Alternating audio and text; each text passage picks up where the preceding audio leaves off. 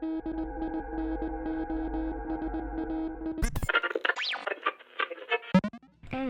686.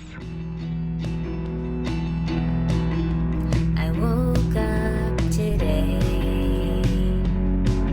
with the urge to dig a hole in my yard, so I did.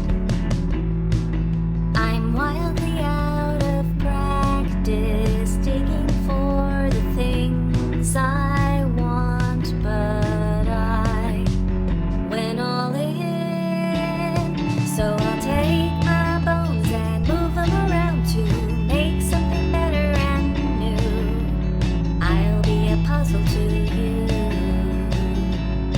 I'm a constellation that doesn't pull into any shape you know. I'm sorry for being stoic, but you can keep your Cenozoic. Welcome back, my town-bound travelers. You're listening to AM 686, at least three people's very favorite Holly Heights Travelers Information Station. I'm your one and only host, Robin. It's another beautiful, very dark night here in Holly Heights, and it seems at least one of you is still up and listening because we have a caller. Good evening. You're live on AM 686. Hey, Rockin' Robin. Hi, Harold. What's going on? You weren't just out back by my gas station, were you? I was not. I am at the radio station. And your mom? No chance she's, I don't know. Started wandering? She has aphasia, not Alzheimer's. That's what I thought. Okay, great. You take care. Hold on one cotton candy second there, Harold. Are you... Well, that doesn't sound good. Hey, my town-bound travelers. Could I beseech anyone listening to check in on our favorite gas station owner / secret video store curator / raccoon hot dog feeder / guy with so many old electronics that... Oh, good. Okay. Hammer Mike's on his way to save the day. Thanks, Hammer Mike. Yeah. Oop, we have another caller. Harold, have you come back? Or are we now in a 90s horror film and this is your murderer with a voice modulator? No, this is Viv Lovegrove. Well, hello there, Vivian Lovegrove, owner and sole proprietor of The Binding, Holly Heights' one and only rare bookstore. It sounds like the vintage radio how-to guide you purchased from my shop has found its use. Absolutely. I now know what, like 7 of these buttons do. Only 7? I mean, I started with none, so... Well, here's to a nice baker's dozen someday. Don't get too optimistic. Anyway, to what do I owe this pleasure? I was just pondering the status of your book club. Oh, I forgot to add gas station book club member into Harold's list of occupations. Currently we're on a somewhat dramatic hiatus, I believe. Why do you ask? Well, someone just called in an order for 8 copies of a self-published romance novel. Oh, I mean, very cool that someone is clearly big on the support of independent publishing, but that doesn't really sound like something the people in our group would pick. Well, maybe Maple, or Harold, honestly. Okay, so it's super possible. Who's the author? Celestia Chevalier. I've never heard of her. Me neither. What's the book? Searching for Psittacosaurus, Finding a Poet. Searching for what? Back blurb reads, a focused, dedicated paleontologist finds herself unearthing an unexpected love when she meets a poet who understands the beauty of time's passing. Wow. Okay, I consulted our in-store first-rate copy of 1988's The Illustrated Dinosaur Encyclopedia by Dougal Dixon. It seems a Psittacosaurus is a dinosaur. Its head sort of looks like a parrot. Well, that's... Also, this book was published, 2 days ago. Sorry, I really can't shed any light on the situation. But, I mean, the book sounds interesting. And I'll definitely have to look up some illustrations of that. What was it? Psittacosaurus. There's a P. Don't pronounce it. If you need the Illustrated Dinosaur Encyclopedia as a handy reference, especially given current events, I can hold it for you. I'll keep that in mind. It's only $34.53. Got it. Oh, can I make a sales announcement? What were you just doing? That was a personal recommendation. This is official. Oh, well, technically no, since tourism information stations aren't supposed to be used for marketing. Great! Well, then let me phrase it as helpful tourist information. All my vintage choose-your-own-adventure novels are now on sale for 50 cents. Well, that's quite the deal. The Venerable Vincenzo came through. Oh no.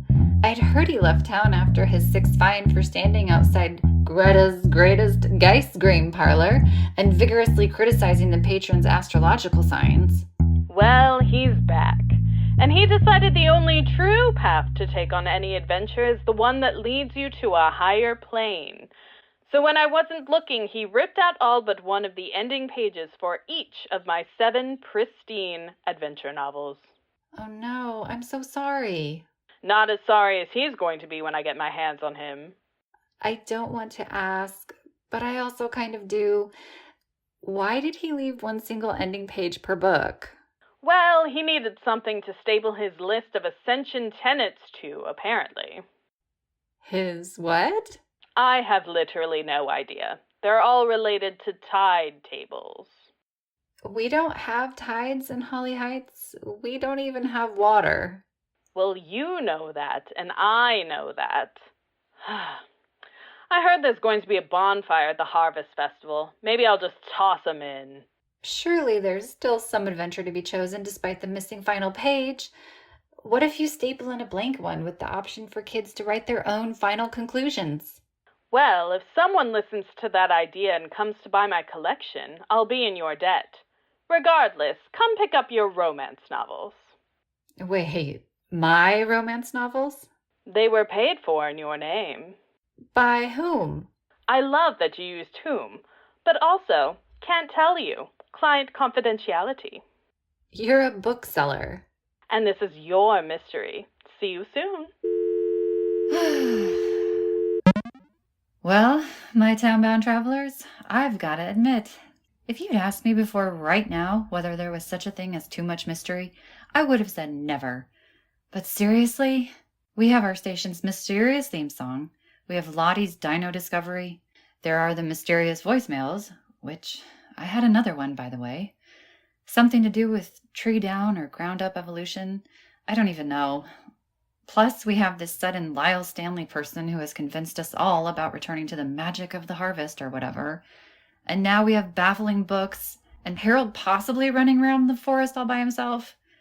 Hammer Mike, if you're listening, I think we'd all really appreciate an update. Oh, good. Another call. Okay. You're live on AM 686, the world's most chaotic tourism information station. Hey, it's Rose. Please, for the love of Lottie's bones, tell me you're not calling to add another mystery onto my ever-expanding enumeration. Actually, I was hoping you could clear up a mystery for me. If any of them reside in my aforementioned list, I must caution that I am woefully uninformed. I need to know what happened back in 1995. Oh, God, a lot. The Unabomber, Selena, O.J. Simpson. No. Okay, I think Yahoo came out then, and Windows 95. Seriously? You know that isn't what I mean. The final Calvin and Hobbes strip was published on December 31st. Robin! I want to know what happened to shut down the Holly Heights Haunted Taxidermy Trail. Oh, that. Yes. Why is everyone so secretive about it? Who's everyone? Well, you for starters. You've never talked about it. Sure I have. Not in any way that conveys actual, useful information. Well, I was kind of young when it happened. But you avoid it. Everyone avoids it. Even the people who are really, really excited about the prospect of reviving the Holly Heights Harvest Festival just will not talk about what happened. And don't get me started on people like you who, for some reason, seem opposed to it. All right, fine. Okay. Do you know anything about it at all?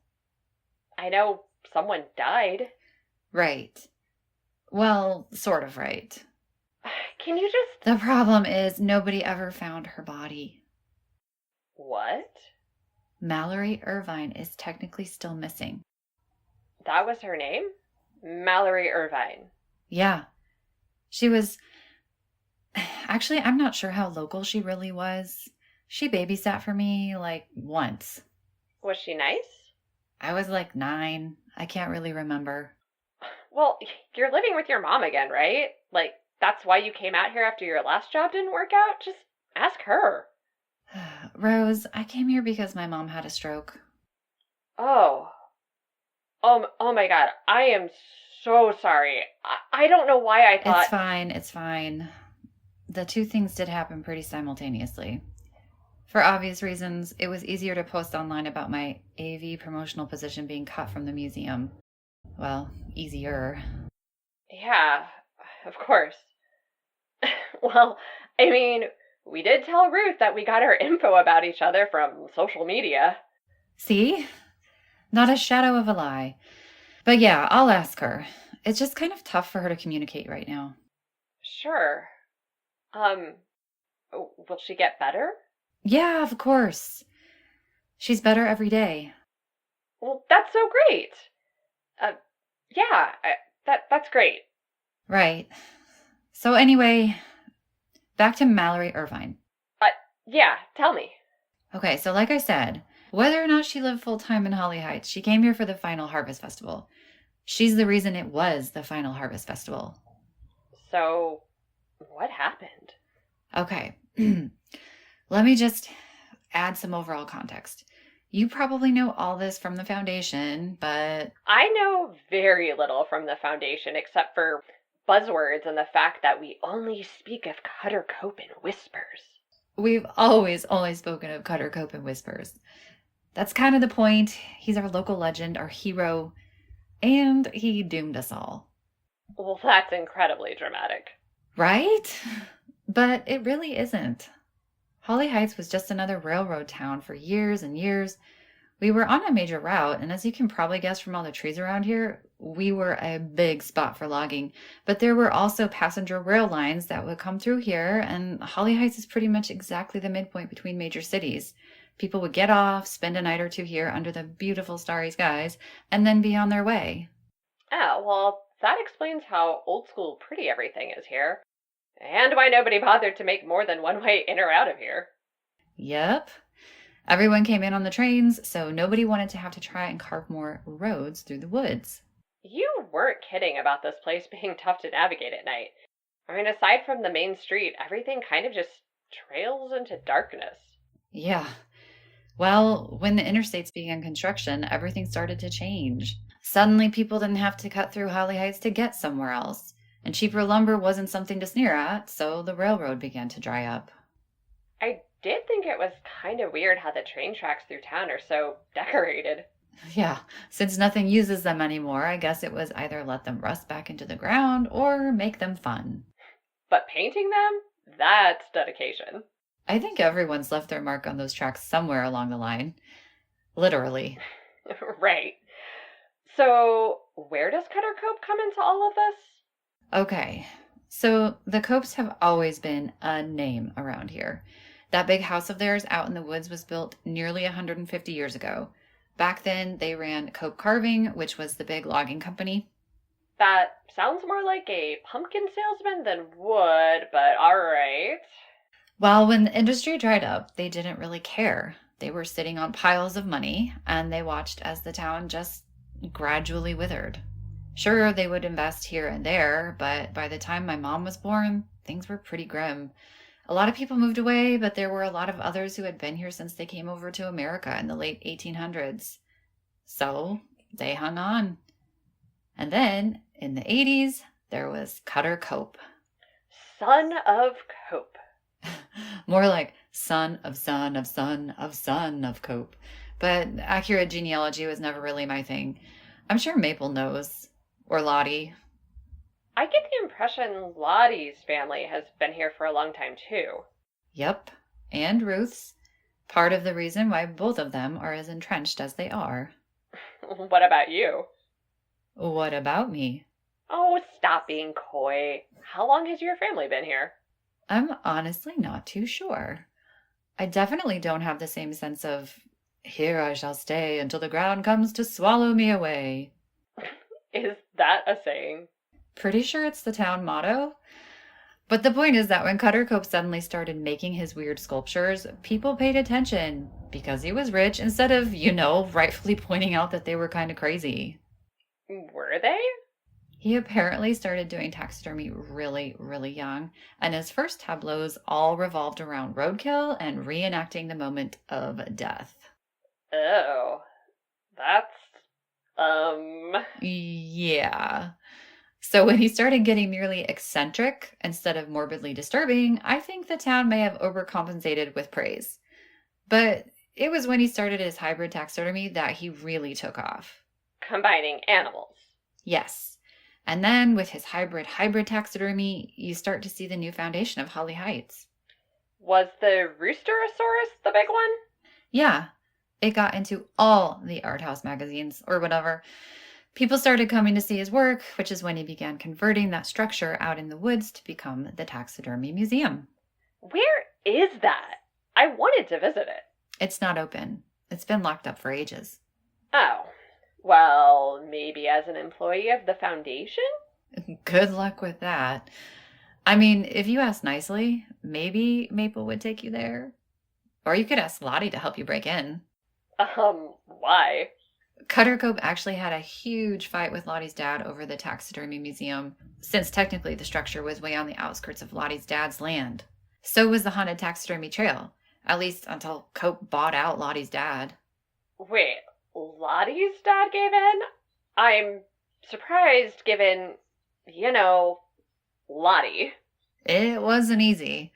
We're talking about an extended campaign of pressure and propaganda. The whole town basically turned against Lottie's family until her dad finally gave in. I guess that explains some of Lottie's antagonism. Yeah, her dad died of a heart attack not even a year later. Whoa. Her mom went really quickly after that, too. It was awful. Lotte was so young. Wait, I thought there was some kind of rumor that Lotte had something to do with her parents' deaths. I'm not going to get into that, but one guess where that rumor probably started. Oh, wow. All right, so everything was coming up Cope, but what happened with the final Harvest Festival? Okay, so the festival kept getting bigger and bigger. I mean, small town bigger, not like Lollapalooza. But word was getting around, and his work just kept getting stranger. Stranger? How?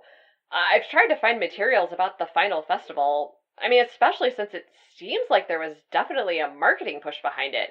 But I can't find anything. Even the Historical Society. Don't call it that. We call it the hiss. Like how we're not to call the stop-and-go gas station anything other than S&G? Correct. Gotta fit in, Rose. Fine.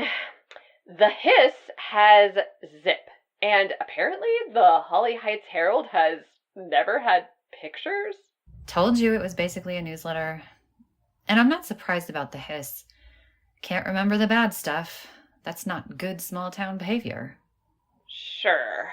Okay, go on. Things were getting stranger. Yeah, and not just his work. From what I've heard about events leading up to the festival, things around town were odd too. Strange tourists, people found in the woods who claimed they didn't know how they got there, kids who said they were approached by people with glowing eyes. It was all just weird. Whoa, and you don't remember any of this from when you were a kid? Not really. It's all kind of hazy, to be honest. Okay, backtrack for a sec. How is Cope's work getting stranger? I mean, it's gotta be hard to get weirder than the spider monster thing.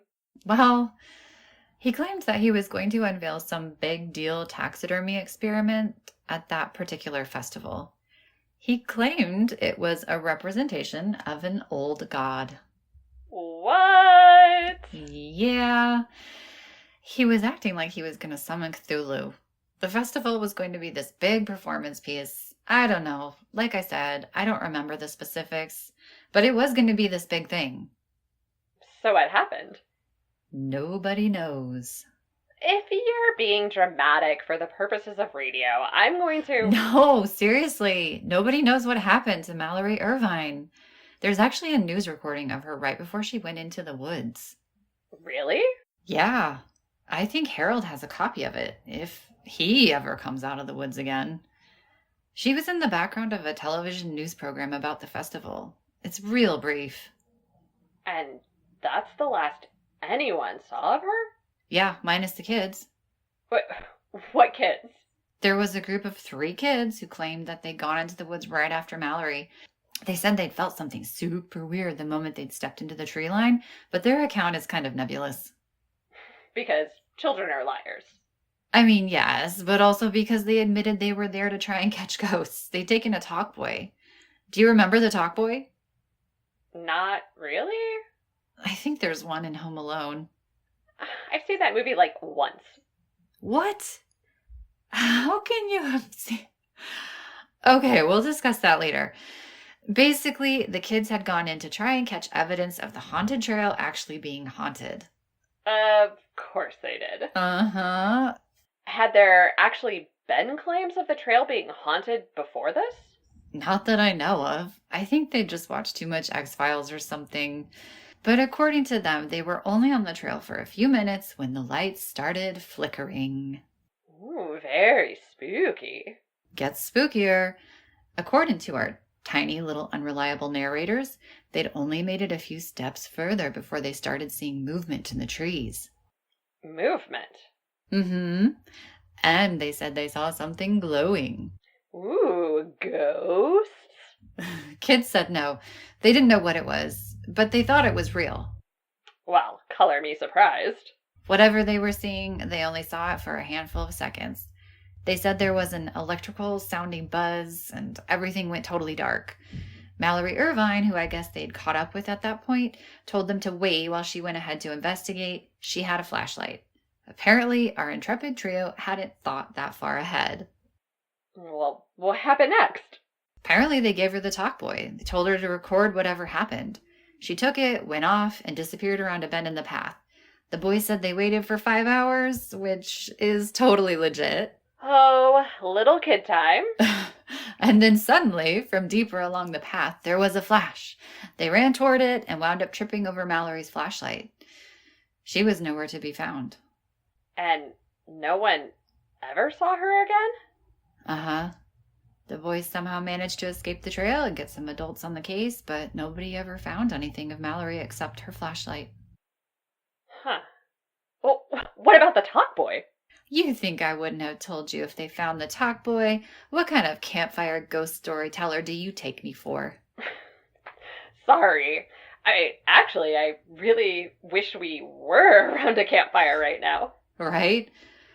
Well, Mallory Irvine's disappearance led to a lot of very public questions about how safe the event was, and the negative attention meant that a lot of people who previously hadn't been exposed to Cutter Cove's work suddenly were. How did they take it? Oh, they were horrified by it. Holly Heights briefly wound up with an almost demonic reputation thanks to him, until the next news cycle distracted everyone once again. So he put you all on the map and then took you right back off again. Yep, and he didn't care. It turned out a bunch of his taxidermy, which had been installed along the trail, had also vanished. He was so mad about it that he retreated, wouldn't help provide any resources for Mallory's search, stopped sharing his art, and basically hermited away in his mansion in the woods until just the other day. All right. I think I can see why you don't trust this new situation. Don't get me wrong. It's so tempting to get excited about something that could help the town. But why go with something that failed so spectacularly before? Cope severed his ties with the greater artistic community, and our town just fell off the map. So for this to suddenly pop up like the answer to all our prayers feels like we're putting all our hopes into the same broken bucket as before. Broken bucket? There's a hole in my bucket, dear Rosie, dear Rosie. There's a hole in my bucket, dear Rosie, a hole. Oh, hold on. Another call. Oh, maybe it's Harold. Fingers crossed. You're live on AM 686. Hello? Is this Robin? This is indeed Robin. Hi, Robin. This is Emily Clack. Hello, Emily Clack. Sorry. Am I on the radio? You are. You have called AM 686. Oh, I'm sorry. I didn't have another number for you. Oh, don't worry. There comes a time in every human's life when we realize the easiest way to get a hold of Robin is to call into her radio station. I mean, it's not technically my radio station, but... Sorry, who was that? Oh, that's Rose. We were talking about the halcyon history of Holly Heights. Ah, yes, it's a very charming town. I was charmed. Well, we found the one person who isn't listening to your radio station. You greatly overstate my appeal, Rosie. Ugh, enough with the Rosie. What can we do for you, Emily? Have you heard anything about the bones? I have, actually. That's why I'm calling. Well, partially why I'm calling. Mainly why I'm calling. All right. Let's get to the other partial reason in a minute. What was the word on the dino bonos? Well, again, I must caution that this is not a final word by any means, given... what was her name? Lotte? Yes, Lotte. Since she was unwilling to give up any of her specimens for sample, there obviously cannot be a proper analysis. But I showed the photos to my mentor, Dr. Amelia Shaw. The consensus, based on our limited observational opportunities, is that the bones are probably real. Really? How are those bones real? Probably real. It does defy explanation, given they also appear to be very recent. Doesn't that suggest a greater likelihood that they're fake? Well, there's expectation, and then there's reality. So far, reality tells us that expectation should be suspended. Uh-huh. So, what does that mean?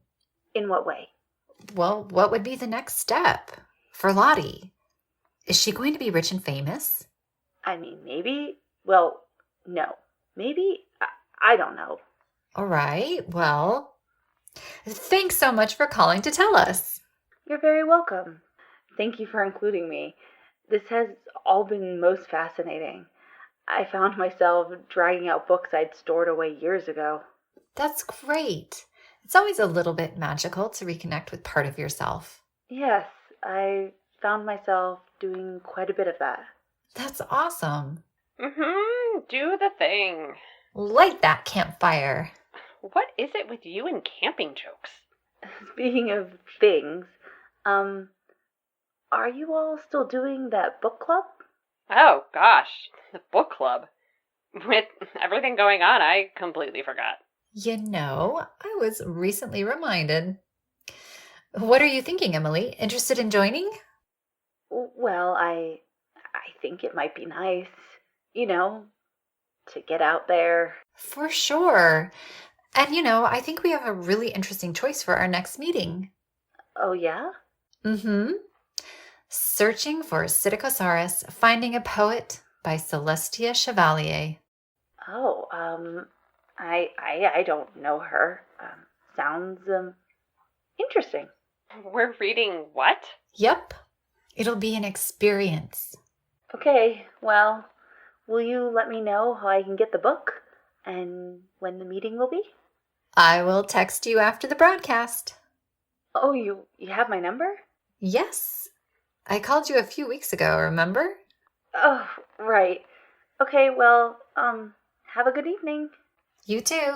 Bye, Emily. Bye. So, we're reading what? Well, apparently I found someone else who wasn't listening to the broadcast. I'll tell you later, because we have another call. Maybe this one is Harold. This is AM 686, and you had better be Harold. It is indeed Harold. Oh, good. What happened? With what? Put it on speaker. There's someone out back.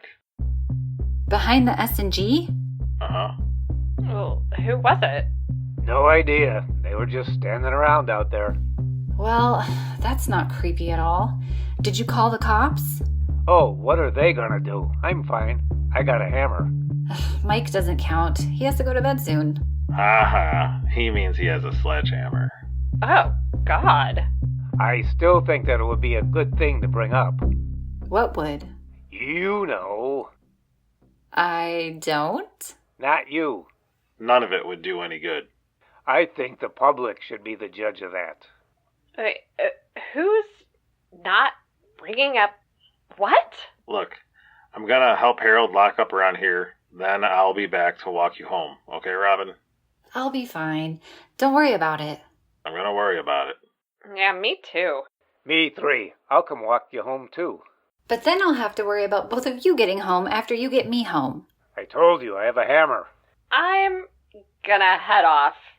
Thanks for explaining some things, Robin. Wait, how come Rose gets to go home alone while I need 2 chaperones? Because I'm already at home? I'll drive Hammer Mike back to the hardware store. But who's going to make sure you get back home? Alright, so which one of you is Laurel and which one is Costello? I don't think those two go together. Besides, can't you count? Clearly, we're the 3 Stooges.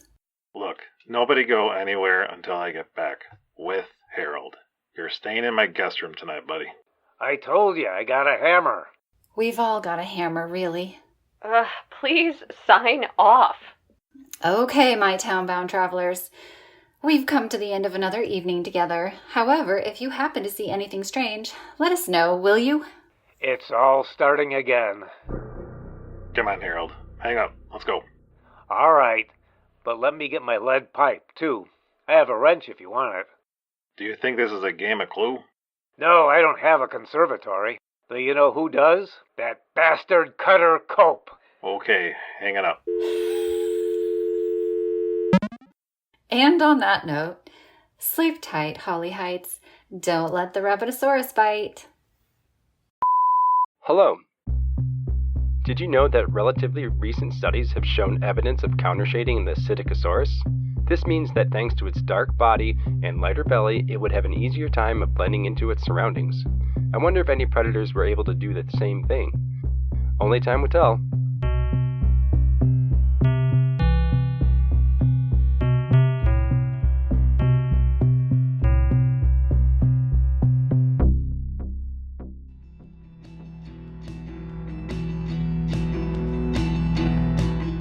Zoic was created by Mary O'Reilly and Amanda Funk-Hilton and was written, directed, and edited by Mary.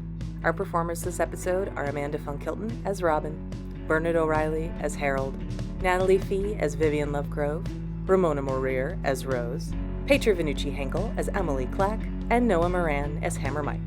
Also, we're getting reports that our mysterious voicemail voice might be from someone named Joe Tychewicz. Must investigate further. Our theme music is still that weird song.